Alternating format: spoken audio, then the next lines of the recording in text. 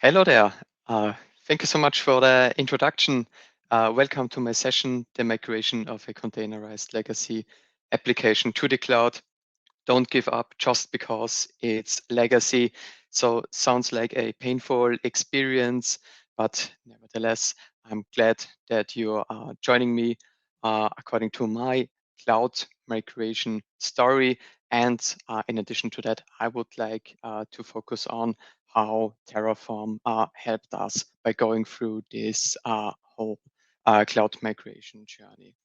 Um, but before that, I would like to start with a short introduction. So my name is Patrick Koch. I'm from Austria.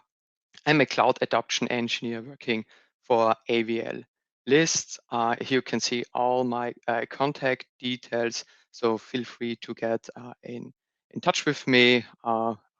Would be a pleasure. Uh, in addition to my work, I love to make contributions for the tech community.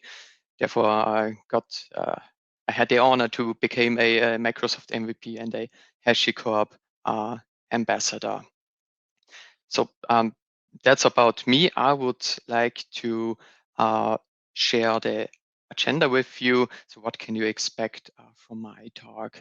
So we are currently in the introduction. In addition to that, I would like to briefly explain you my employer, so AVL, and the already referred legacy software application, who is the main actor in this cloud migration journey.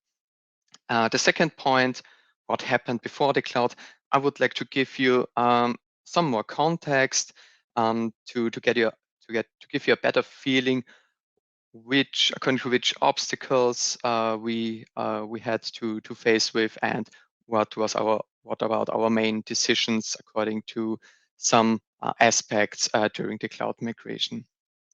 The third point is about the cloud migration itself. So there's already the keyword Windows containers. Hope you get excited about that. What does that mean? Point number 4, the next steps after we, let's say, successfully finish the migration journey. And finally, point number 5, I would like to have a deeper, some deeper insights how Terraform helped us during this cloud migration. Finally, at the end, a short conclusion and outlook. So let's jump into the session and continue with the introduction. I would like to introduce you to my company. So I'm working for AVL List. Our business is the automotive industry. Our headquarter is located in Graz, Austria's second largest city in the southeastern part of Austria. As you probably know, the automotive industry is in a transition, and so also we are. And despite from our traditional products, I would say, so which is which was in the past mostly about selling test beds and engine test beds, we are now also having a stronger focus on new areas like the electrification, autonomous driving, e-fuels, data intelligence, and so on. So that's about my company. And now I would like to introduce AVL Concerto to you. It won't be a promotion, no worries, but it's also to give you a better context. AVL Concerto is a legacy software application, especially a Windows software application, also a desktop application, which is almost 30 years old. So you can see we have a lot of lines of code, so almost 3 million lines of code, more than 8,000 files, a lot of customer who rely on the existing functions and how the application behaves. And although it's a legacy software application, that doesn't mean, of course, that there is no development anymore. So there happened a lot of things in the past. And as you can see, we, for instance, added Python support, we added a REST interface, we had some things to do according to get our automation framework running. and so on. But to be honest, we never expected that we finally would get some kind of task that we have to put Concerto to the cloud, because there was no intention for that to get it run on a container or even in the cloud. But we got this as a requirement, and so our cloud migration journey started. And yeah, as you can imagine, maybe a 30-year-old Windows desktop application is probably not the ideal candidate for that. But before I would like to go more in a more detail to the cloud migration itself, I would like to give you more information about what did we do before having such cool cloud migration adventures. So as already mentioned, one of our, well, it's still the case, one of our, let's call it traditional products, are engine testbeds or testbeds, which you can see here in this in the movie. So imagine you have to test your car or your, in that case, combustion engine. Then you put it on a test bed, respectively an engine test bed, and you run a lot of tests against it, and then you get a lot of data out of it regarding to the behavior of your combustion engine, respectively your car. So you get data according to your speed, to the emissions, of course, to the acceleration, and a lot of other things, of course. And then after that, it's Concerto's task, and that's Concerto, what you can see here, to do some kind of post-processing of the data. So you can load this data in Concerto. As you can see here, so the data are related to emissions, to speed, acceleration, and so on. And you can do a post-processing, for instance, running functions, taking the input or the data as inputs, and then you get in the end some kind of a report, including tables, diagrams, and so on. And that would be, for instance, the final result for one of our customer. And using this report, they can check whether the test run was successful or not, and they can check the behavior of the car or of the combustion engine. So this works pretty well for decades now, and you probably now wonder, yeah, why should we go to the cloud anyway then when we have an existing use case which works successfully for a long time? So therefore, let's make a short recap. So here on the left, you can see our, let's call it traditional use case. For instance, having a combustion engine and we needed to test it. So we put it on an engine test bed. Usually there's one operator for that who conducts tests against the combustion engine approximately for a whole day. As you can imagine, exchanging the combustion engine is very labor intensive and it's allocated with higher costs. But due to the rise of electric cars, we have now a different situation. So instead of having one single combustion engine to test, we have now several test cells of a battery. And those guys here, which you can see on the right, those are so-called battery testing chambers. Each chamber contains several batteries, and each battery has multiple test cells, which means to do a testing of one single test cell, we need to rapidly scale up Concerto. And as you can imagine, it wouldn't be a good idea anymore to do it in a manual way, by doing some clicking operations. This means we have to change according to the amount of instances of Concerto. We have to scale them up to do a parallel processing, a parallel doing of the calculations. And in addition, it has to be in an automated way. So that's fine, but why should we go to the cloud? Because our IT hosts, for instance, a Kubernetes cluster. So why should we go to the cloud? So there were several aspects. One of the aspects was that we wanted to get more experience with a managed services. so that we don't have to manage all the things on our own. And at that time, and to be honest, we didn't think at that time, so it was 4 years ago, we didn't think of having a software as a service for Concerto at that time. And therefore, we had to consider that we also have a smaller customer who are probably not glad about that when we tell them that they now have to host a Kubernetes cluster on their own. And therefore, we decided to go to the cloud, and finally, our cloud migration journey started. But before we did any kind of implementation, we had to think of the cloud migration strategy. So when we got the news that we have to do a proof of concept with Concerto to get it into the cloud, to get it hosted, and to get the very same use case running as you have seen in the video before, to doing a processing of some data which we get from the test beds, and to create the final result, the final report for the customer, we had two options in our mind.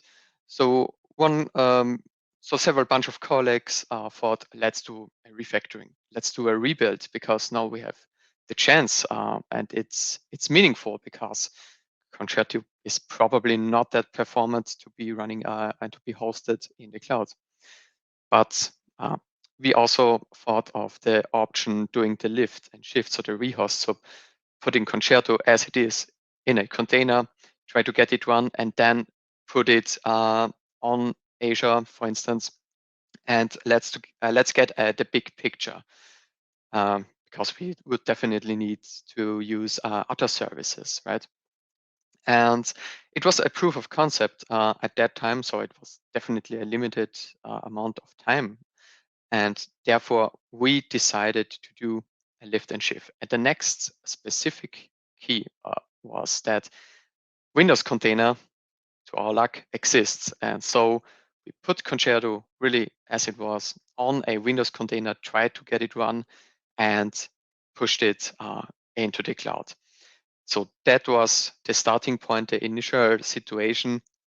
And now we had to think about the implementation and having all the different services in the cloud. And we didn't want to invent anything new. We recognized this solution idea at the Microsoft documentation.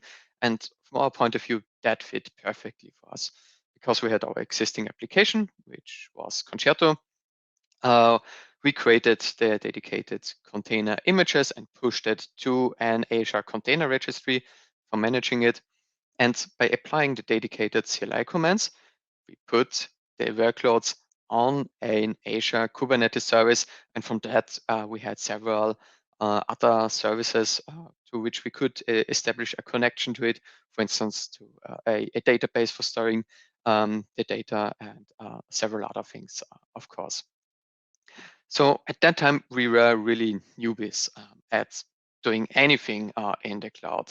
So our approach was simple: logging in to the Azure portal and provisioning the Azure Container Registry in a manual way, the Kubernetes service, an Azure virtual machine, and an Azure file share included in a storage account. And the idea was to get a container scheduled on the Kubernetes service, which hosts Concerto and which is doing the calculation and storing the report on the Azure file share. What's the purpose of the Azure virtual machine? So when Concerto starts up, it needs to request some license features from a FlexLM license server. And this license server was hosted on the Azure virtual machine. Now currently we have a better solution for that. And so we did the provisioning of all the stuff and tried to get the whole use case working. And we faced, unfortunately, several problems. So we had a lot of pain points there. So between the container registry and the Kubernetes service, we couldn't get a container scheduled on the cluster. And to be more precise, so we were really newbies at that time. So for instance, according to point number 1, we forgot to attach the container registry properly to the Kubernetes service. Yeah, we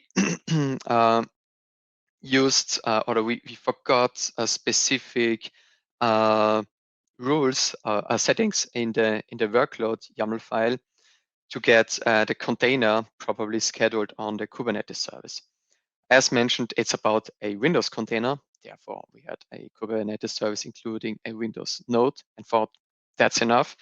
But if you miss some specific settings, the container tries to get, oh, it's a Windows container, it tries to get scheduled on the Linux node, which of course can't work.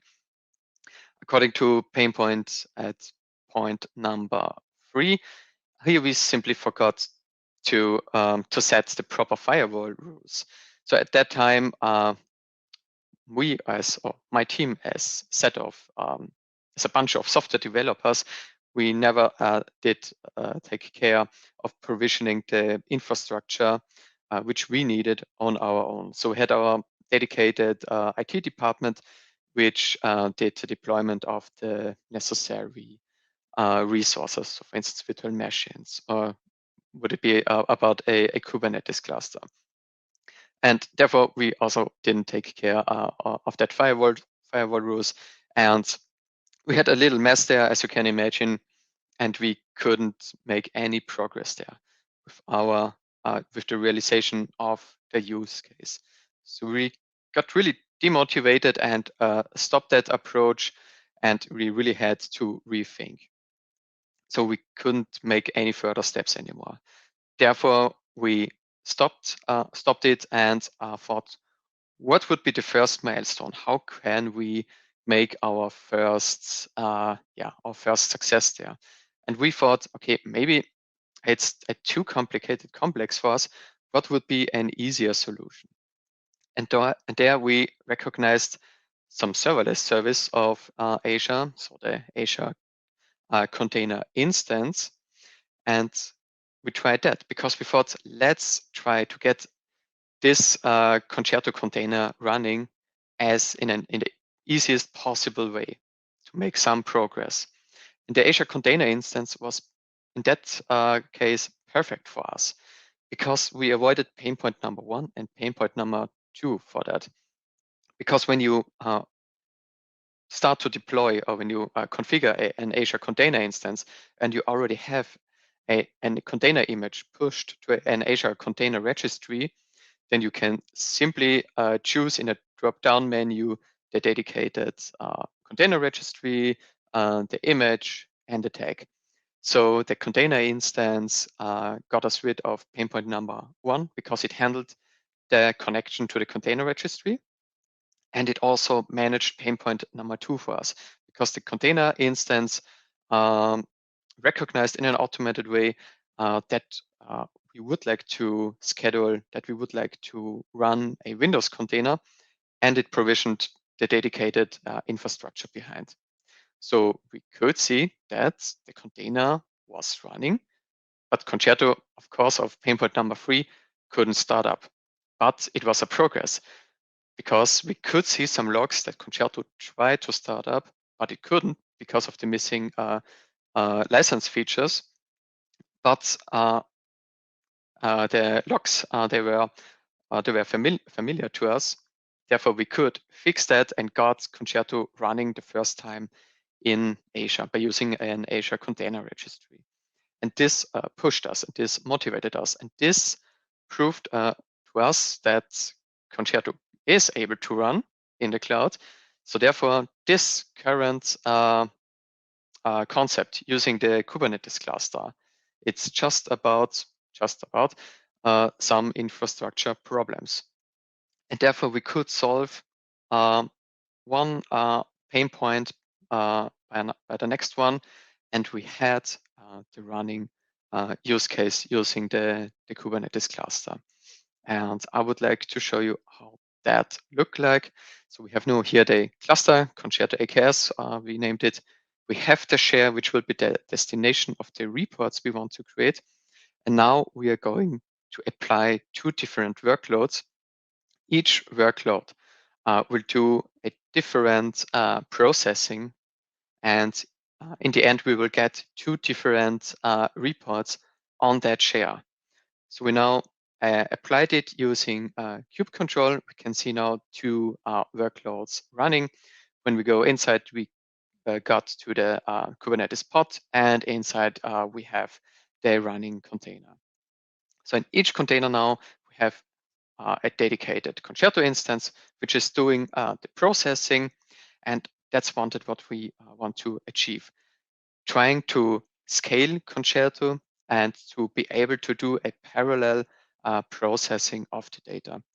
Now we can download one of the reports, and this report is the very same as you've seen in the video of the beginning.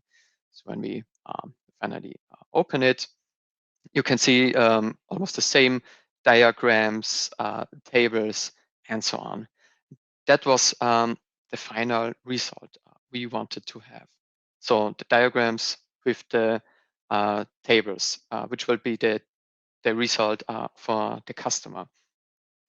So our thing was that we wanted to start with a probably too complicated or too complex infrastructure to get our use case running. Our problem was, we didn't have the knowledge so far. So using a more lightweight solution by, for instance, using the Azure Container Instance, maybe using the Azure Container App, but this was, I think, published a few months later or 1 year later. That would have provided us much more progress. So we could solve that, and we were successful with the lift and shift approach. And therefore, the next thing was to now try to get a more cloud native solution. So we could get Concerto running in the cloud by using Windows containers. So the lift and shift approach worked. So the next thing was now to do a refactoring of Concerto, because we just now need specific components of it. So for instance, as we do it in an automated way, we have to get rid of the UI and several other components. So this means, according to the structure, we will get rid of the native UI, the managed UI, and we just keep the things which we need for this new automated use case in the cloud. And that's all about the native data managed subsystem. So it's all about processing the data. So that's about the application and the use case itself.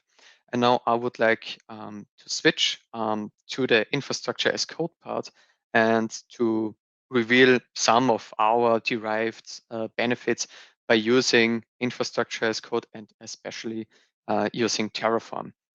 So as I told you before, we did all the things in a manual way, and afterwards we introduced our infrastructure as code approach, and so we started with Terraform for that. And it was really great for us because the first cool thing was, from my point of view, it really empowered us as a developer, because for the first time, at least for us, it was the case, we were able to deploy the resources which we need, so the infrastructure resources, on our own. And that, in our case, for instance, deploying the Kubernetes cluster, that was really great for us. We really had fun with it, because before that we was thought, okay, a Kubernetes cluster, that's really complex and complicated. We need real specialists to do that. But a quite simple looking Terraform configuration or Terraform file, for instance, like that, already could solve us this issue. And it really also pushed us, and we wanted to get more insights, and we wanted to learn Terraform. We wanted to get best practices with that. So it really empowered us. That was one of the benefits. The next thing was, probably it's obvious to you, but for us, it was also a new experience, because we could now version control our infrastructure by simply setting the Terraform configurations under version control in Git.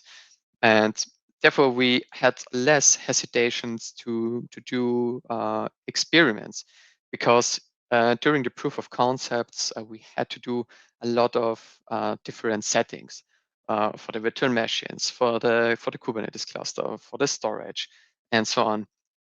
And when you do it, when you provision it in an automated way, so when we did it in the first way, the first try to get the Kubernetes cluster run, nobody wanted to touch it, because nobody wanted to be the bad guy who destroyed the cluster and ruined the success of the proof of concept.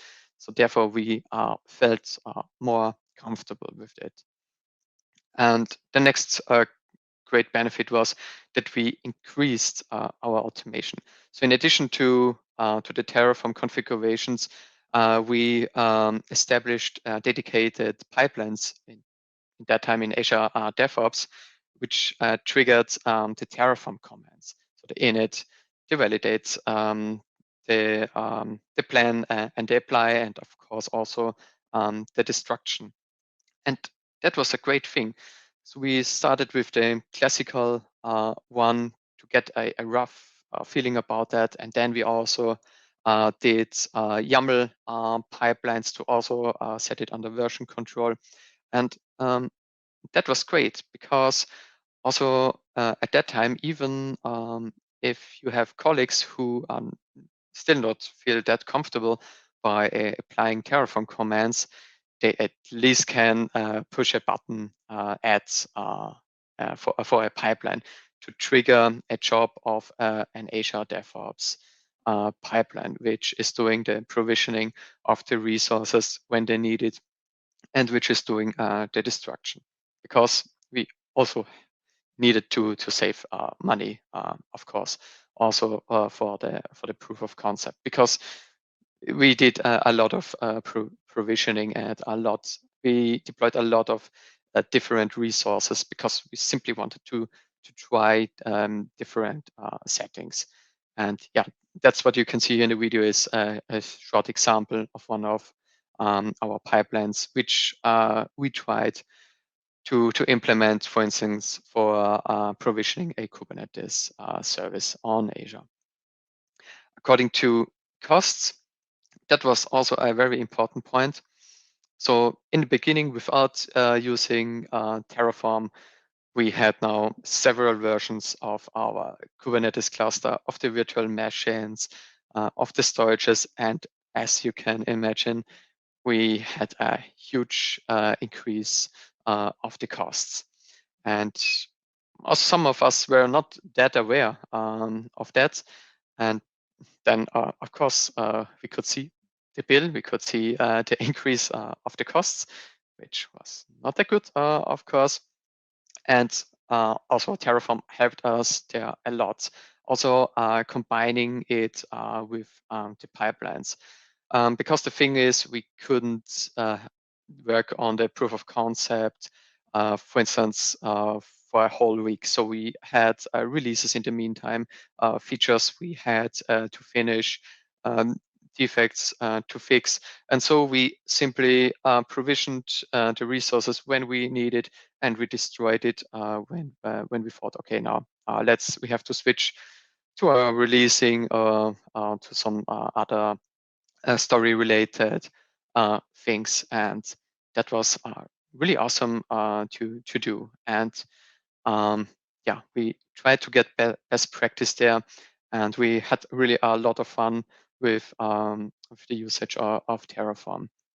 And now we really try to do it in a much more different way. So now we are writing our own Terraform models. We store it on and share, and we simply just refer to it and try to use it in a consistent way, that everyone uses the same module to get a more consistent way of using it. And that's about the cloud migration and using Terraform. I would like to end the story with a conclusion. So one of the key aspects for us was decide for a cloud migration strategy first. So we decided for doing the lift and shift first before doing the refactoring.